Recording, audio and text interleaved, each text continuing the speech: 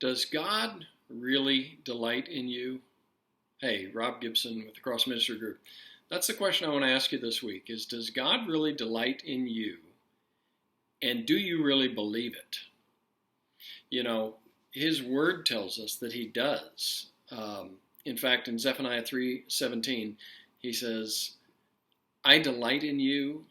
I sing songs of joy over you. I will quiet you with my love. And he's saying this to Israel who has been rebellious. In fact, he starts that verse with, I am mighty to save. And so there's this reality that God is able to delight in us, even in our rebellion, that he is a God who is able to meet us in love just as we are. And yet I'm aware that there's blocks within me, maybe within you, that keep you and me at times from believing the depth of his love for us. Something blocks us from really receiving, absorbing, and just resting in his love for us. And, you know, I was thinking about this, the illustration that came to my mind is the doc that comes to us and says, hey, you've got a clogged artery, you know, you're 80%, 90% blocked, something of that nature. And what does he do then? He does that procedure. They go up and they drill in, make a hole, or I don't know exactly. I'm not a doctor. But they put a stent in so that the blood can flow freely, right? Because there's something blocking the free flow of blood to our heart.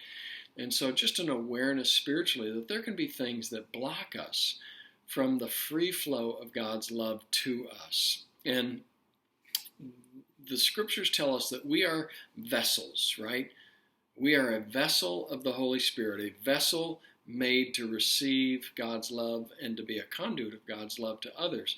And so Paul says, hey, you need to take things, messages, captive to Christ that are contaminating the vessel. And so I wonder if part of what he's saying is we need to take messages that have gotten in there, out of there.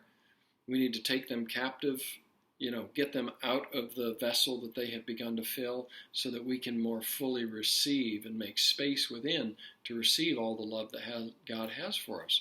And maybe some of the messages that you've gotten have come from family of origin or, life experiences, circumstances, whatever. They get in there in all kinds of different ways, things that we come to believe about ourselves that block us from fully loving God. Maybe it's, I can't be lovable.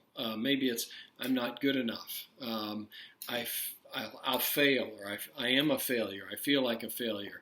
I'm not valuable. I'm too messy. I'm too broken. I'm too dirty. I'm too much. I'm not enough. I don't measure up. The messages can go on and on and on.